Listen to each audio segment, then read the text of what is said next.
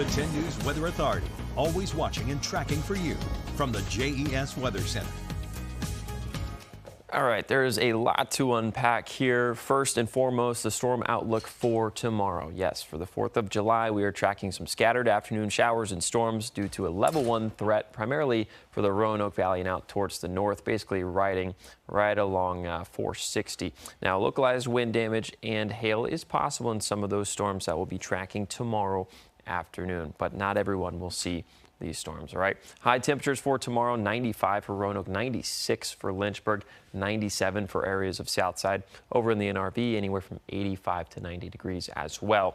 And when you factor in the heat and the humidity that's going to be pumping in from the south and west, well, we're going to get some storms. We start off mostly clear to partly cloudy. Then by about lunch hour, you see these sporadic pop-up showers start to develop right around 1 p.m. and then they last through about 3-4 o'clock. Right on top of the Roanoke Valley in the late afternoon, so I'll be here tracking them just in case anything does go severe. Good news, though. This is really good. We saw this yesterday. We're seeing it today. We saw it overnight. We saw it this morning. The model runs are being consistent where the rain is pushing out of here around 7-8 p.m. So that's good news. That means fireworks should be all good to go tomorrow evening. It's going to have to be right around sunset or after for us to really get those off. So if you are lighting fireworks, just be mindful that it's still going to be hot, humid, and pretty sticky out there for the evening.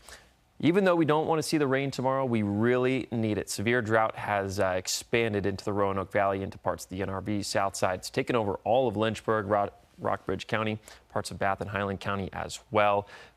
Most of the DMA or viewing area is under a moderate drought at this time. So we desperately need the rain as we're about 3 to 4 inches behind for the year. 4th of July firework planner, rain through about 7-8 p.m. Then we're mostly cloudy onwards from that. Temperature is going to be falling off, but still in the 80s through the 9 p.m. hour. Temperatures out there right now back into the 90s. So this heat wave that we saw last week, we had a little bit of a break. We had some 80s scattered about.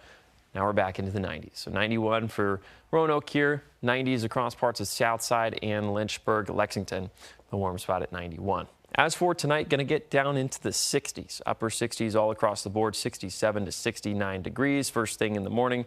And then that temperature trend Friday, 96, 90s through Monday. So nowhere near record high temperatures, but still this heat wave is going to be kicking back in.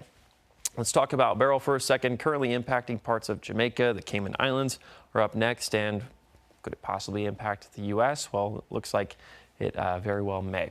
Latest advisory came out about 20 minutes ago. Winds down to 140. Still a very strong hurricane. Just because it's 140 doesn't mean that winds aren't gusting close to 175 at times. Next track will come out at 10. Next advisory comes out at 8 p.m.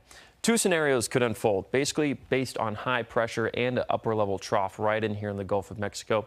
But the stronger this high pressure system is that's impacting us right now, the more it's going to push Beryl to the south. The weaker this high pressure system is, the more Beryl will have the chance to go into the Gulf of Mexico, perhaps re-intensify after it hits the Yucatan Peninsula, and then possibly impact parts of the United States come this weekend. All right, so let's shift gears back here, looking at your 7-day forecast locally. 50% chance of rain for tomorrow and Friday.